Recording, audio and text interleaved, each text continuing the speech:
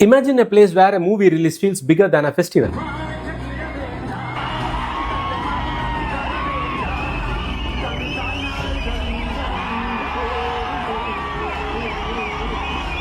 Where fans gather before sunrise.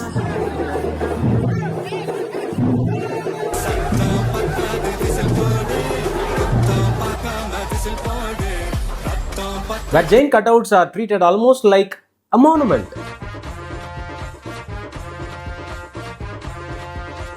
And where film stars have gone to become some of the most powerful political leaders in the state. M.G. Ramachandran,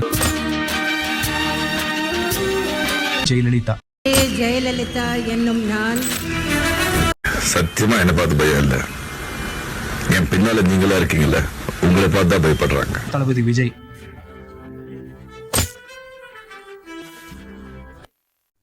That place is Tamil Nadu. Now imagine another place, a country that loves cinema, produces internationally acclaimed films and has a strong film culture.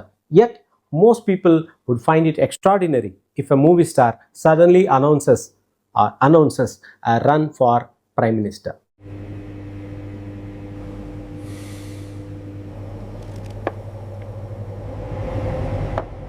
That place is Finland. To understand Tamil cinema, we have to travel several decades back. Long before social media, long before television reached every home, Tamil Nadu discovered something powerful and unique. Cinema could reach millions. Not hundreds, not thousands, millions.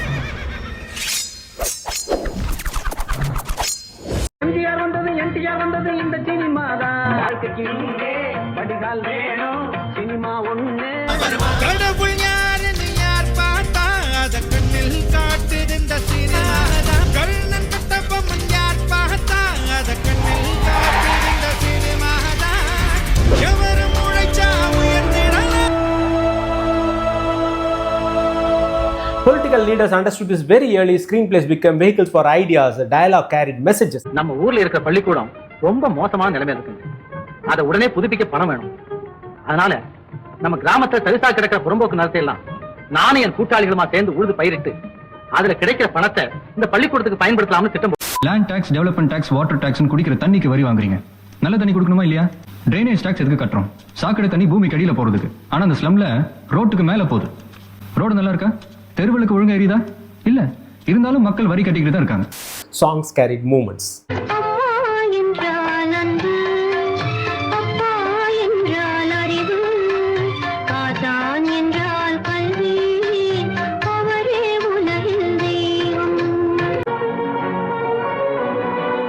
என்றும் வாழும் கொள்கை தீபம் ஏற்றினார்.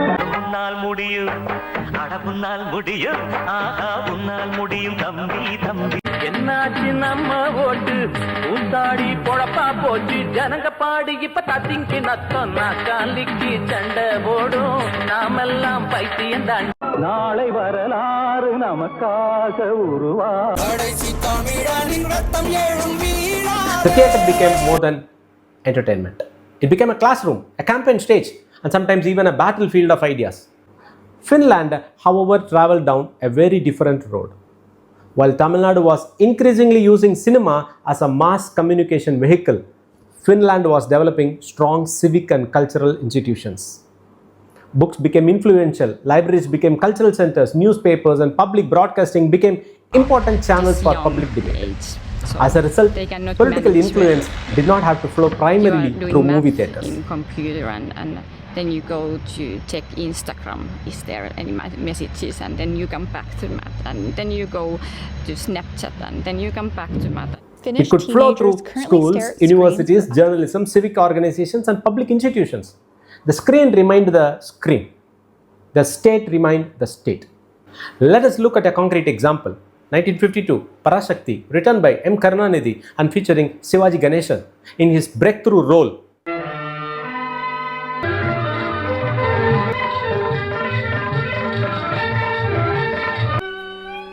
சந்தர்ப்பம் என் தங்கையை விதவையாக்கிற்று.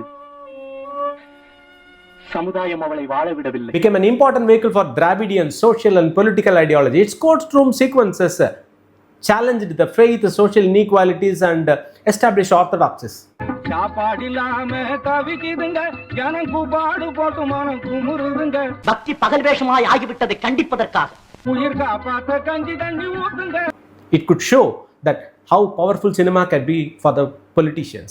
Cinema in Tamil Nadu wasn't simply teaching politics, it was helping to write the political conversation. பிறக்க ஒரு நாடு பிழைக்க ஒரு நாடு தமிழ்நாட்டின் தலையெழுத்துக்கு நான் விதிவிலக்கா? Here is the strange part. Wait. Really? Finland doesn't need its movie stars to become political leaders, but that doesn't mean Finnish cinema has no political power. Finnish cinema can operate through quite radical empathy. And perhaps no filmmaker represents this philosophy better than Aki Kaurismäki.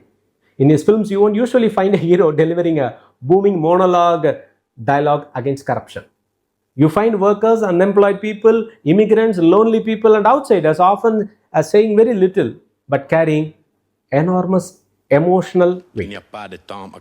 There are long pauses, minimal dialogue, ordinary spaces. Yet beneath that silence, Kaurismäki's films can become sharp observation of loneliness, social exclusion, work, poverty, and the people who fall through the crack of modern society.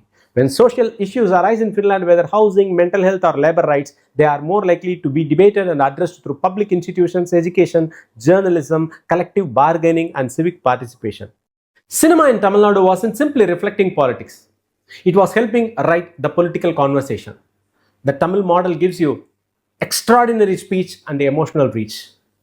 A powerful film can dominate conversations, champion marginalized voices, and create massive cultural energy. The risk, when politics merges too closely with entertainment, personality can sometimes become more visible than policy. Public debate can turn into a contest between personalities and fan community.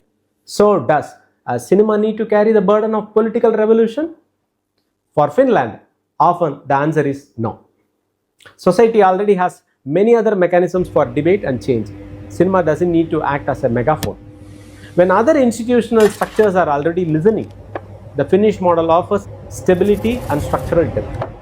Decisions are more strongly anchored in institutional frameworks, research, education, and long-term public system, creating continuity regardless of who is popular. The risk, urgency can be lost. Reflection does not always translate into immediate mass mobilization. The other helps maintain the tide. And if you had to choose, which would you rather live in? A society where movies can move millions, or one where institutions can?